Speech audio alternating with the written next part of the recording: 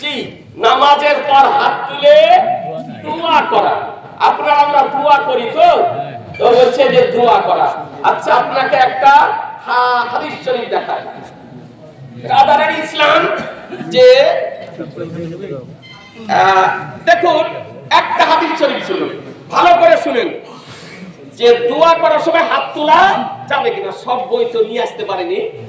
Brother আল ইসলাম, আমার Facebook আইডিটা আপনি খুলে দেখেন, আমার মাদ্রাসার লাইব্রেরিটা আপনি দেখতে পাবেন কত টাকার বই স্টক করেছি, অরিজিনাল সব আরবি বই, লেবানন বাইরে আপনি ওই দেখতে পাবেন। আর না হলে পরে ভগবানগোলা নসিপুর মাদ্রাসাতে গিয়ে আপনি একবার দেখে আসবেন লাইব্রেরিটা। ব্রাদার আল ইসলাম কত বলে একটা হাদিসের এই পাগলের দল কিতাব চোখে দেখলো না, বলছে কোনো কিতাবে না। মাদ্রাসার জালসা হলো রোজার আগে, তো একটা কিতাব নেওয়ার জন্য লাইব্রেরিতে ফোন করাইলাম। কিতাবটির নাম হচ্ছে তারিখে দামেস্কুল ইবনে আসাকির। তো আমার ধারণা যে বইটার দাম হয়তো 20-25 হাজার টাকা হবে, যেহেতু বইটা দেখিনি। বইটা নেওয়ার খুব ইচ্ছা, তো লাইব্রেরিয়ানকে বললাম যে একটু ফোন করে দেখো তো বোম্বাই। এই বোম্বাই যে লাইব্রেরি আছে আপনার দাওয়াত ইসলামিক, সে লাইব্রেরি আপনার লেবানন থেকে বইগুলি নিয়ে আসে, ওখানকার প্রিন্টের বই। এই বইগুলো হচ্ছে সব লেবানন বাইরেতে প্রিন্ট, ওখান থেকে আমরা তখন আপনার নিই। তো ফোন করার পর বলছে হুজুর বইটার দাম হলো 1,25,000 টাকা। বুঝছেন, একটা বইয়ের দাম। তারিখে দামেস্কুল ইবনে আসাকির খন্ড কত? 80 খন্ড। কত খন্ড? 80 খন্ড। একটা আলমারি লাগবে আপনার রাখতে, একটা বই রাখতে, আর ওর দাম হলো 1,25,000 টাকা। তাহলে হ্যাঁ গো, কিছু কম করবে না মাদ্রাসার লাইব্রেরির জন্য? তো বলে যে হুজুর বিনা লাভে আর কমিশন বাদ দিয়ে 80,000 টাকা নিবে, তাহলে মাদ্রাসাকে দিতে পারে। আর ব্যক্তিগত নিলে কিছু লাভ করবে, তবে মাদ্রাসার জন্য নিলে 80,000 টাকা। 80,000 টাকা বইয়ের দাম যদি নেয়, তো আরো আপনার 7-8 হাজার টাকা ওখান থেকে ট্রান্সপোর্টে আপনার কয়েক জায়গা চেঞ্জ করতে করতে নিয়ে আসতে হবে, আরো আপনার খরচ আছে। কথা বুঝছেন? 12 বছর পরেও আপনার বুঝতে পারলাম না, আর ই না পড়ে বলছে কোনো হাদিসে নাই। তোরাই জবর, হ্যাঁ, কোনো হাদিসে নাই। ব্রাদার, যদি ইঞ্জিনিয়ারিং না পড়ে যদি 250 টাকার বই কিনে যদি ইঞ্জিনিয়ার হওয়া যেত, তো কেউ লক্ষ টাকা খরচ করে ইঞ্জিনিয়ারিং পড়তো? যদি আজকে লক্ষ লক্ষ টাকা খরচ করে ওই 12 বছর আপনার ডাক্তারি পড়ে এমবিবিএস হতেছে, যদি 5,000 টাকার বই কিনে ল্যাপটপ ঘেটে মোবাইল আপনার ঘেটা যদি এমবিবিএস হয়ে যেত, তো ওই লক্ষ লক্ষ টাকা খরচ করে আপনার পড়াতো ছেলেকে? না পড়ে যদি ডাক্তার যদি না হয়, ইঞ্জিনিয়ার যদি না হয়, উকিল যদি না হয়, মাস্টার যদি না হয়, তো মৌলবি কেমন করে হয়? মুফতি হওয়া যায়। মুফতি কেমন করে হয়? মুহাদ্দিস কেমন করে হয়? একে রাঁচি পাঠার দরকার, রাঁচি পাঠিয়ে ব্রেনের চিকিৎসা করা দরকার। ব্রাদার আল ইসলাম, ইয়া চলবে না, ও চলবে না আপনার। তো দেখুন দোয়া করার হাদিস। عن سعيد بن يزيد رضي الله عنه قال إن النبي صلى الله عليه وسلم كان إذا فرق يديه ومسح وجهه بيديه।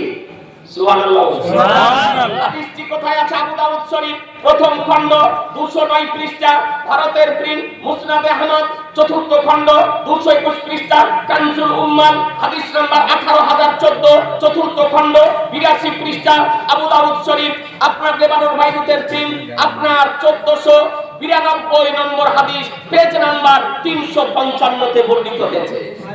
হাদিসের বাংলা অনুবাদ সাইদ ইবনে ইয়াজিদ রাদিয়াল্লাহু তাআলা বর্ণিত, তিনি বলেন যে নবী সাল্লাল্লাহু আলাইহি সাল্লাম যখন দোয়া করতেন তো দুই হাত উঠিয়ে, সুবহানাল্লাহ, কানা ইজাবা, নবী যখন দোয়া করতেন রাফা ইয়াদাইহি, দুই হাত উঠিয়ে নবী আমার দোয়া করতেন।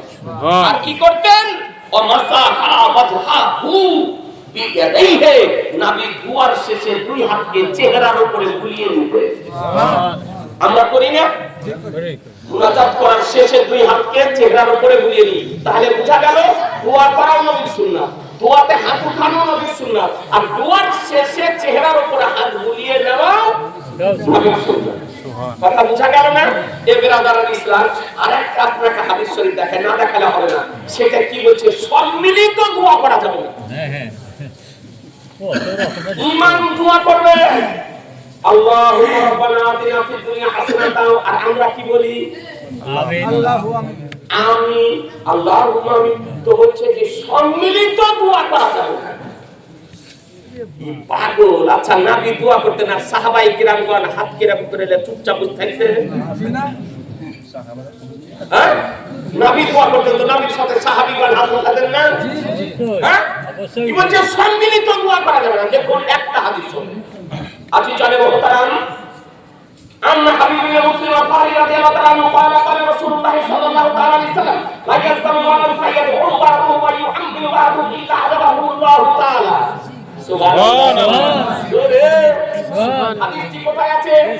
আল-মুস্তাদরাক লিল হাকিম তৃতীয় খণ্ড 390 পৃষ্ঠা, আল-মুজাওয়াজ জামিল তাবরানী চতুর্থ খণ্ড 25 পৃষ্ঠা, মাজমাউল জাওয়াহির লিল হাইসামি দশম খণ্ড 170 পৃষ্ঠা, কানজুল মালিক মুত্তাকি হাদিস নাম্বার 3368 দ্বিতীয় খণ্ড 160 পৃষ্ঠা। যে কিতাব আমার লাইব্রেরিতে নাই মাদ্রাসার, সে কিতাবের হাওয়ালা আপনাকে দিব না, আর যেগুলো আমাদের মাদ্রাসা লাইব্রেরিতে আছে সেগুলোর হাওয়ালা দিতেছি আপনাকে। এই সব হাদিসের কিতাব আপনার রাখা আছে, বিশুদ্ধ সনদের হাদিস। হাবিবুল্লাহ মুসলিম রাদিয়াল্লাহু তাআলা বর্ণিত, তিনি বলেন যে আমার রাসূলুল্লাহ সাল্লাল্লাহু আলাইহি সাল্লাম বলেছেন, এক জামাত যখন দোয়া করে, একটি দল যখন দোয়া করে, আর তার মধ্যে একজনা দোয়া করে আর অন্যরা ইউআমিনু বা'দুহুম, অন্যরা আমিন আমিন বলে। একজনা দোয়া করছে আর অন্যরা আমিন আমিন বলে, ইউআমিনু বা'দুহুম, অন্যরা আমিন আমিন বলে। তো কি হয়? ইল্লা আজাবাহুল্লাহু তাআলা, আল্লাহ তাআলা তাদের দোয়াকে কবুল করে। সুবহানাল্লাহ। তাহলে বুঝা গেল সম্মিলিত দোয়া করাও হাদিস শরীফে আছে, সেই দোয়াকে আল্লাহ তাআলা কবুল করেন। সুবহানাল্লাহ। এইরকম আপনার কমপক্ষে 30টা আপনাকে হাদিস শোনাতে পারবেন, সব নোট করা আছে, কারণ সব জায়গাতে তো বইপত্র আপনার গোটা লাইব্রেরি নিয়ে যাওয়া সম্ভব হয় না। আর ওয়াজ করে চলে গেলাম, তখন বলছে যে জয়ীফ হাদিস, জয়ীফ হাদিস, জি কোনো হাদিস না। ব্রাদারান ইসলাম, এই জন্য এদের অত্যাচারে এই সমস্ত হাদিস আনিয়েছি, কারণ ভারতের হাদিসে হাদিস নাম্বার দেওয়া, এটা বেদাত, এটা পাকা বেদাত। এই তো সেদিন হাদিস নাম্বার দেওয়া, এই জন্য বাইরের রাষ্ট্রে আপনার হাদিস নাম্বার দিতে, এদেরই অত্যাচারে এই সমস্ত হাদিস আনাতে হচ্ছে হাদিস নাম্বার বলার জন্য। ব্রাদারান ইসলাম, তাই আপনাদেরকে বলি যে দোয়া, সম্মিলিত দোয়া করা সুন্নাহ। আচ্ছা, তারপরে যে সময় নির্ধারণ কিভাবে করা উচিত শরীয়ত মোতাবেক। দেখুন, ফজরের জন্য একটা সময় আছে, জোহরের জন্য একটা সময় আছে, আসরের জন্য একটি সময় আছে, মাগরিবের জন্য একটি সময়, এশার জন্য সময়। এই সময়টা নির্ধারিত কেমন করে করা হয়? হাদিসের আলোকে ফুকাহে কেরামগণ বিস্তারিত আলোচনা করেছে।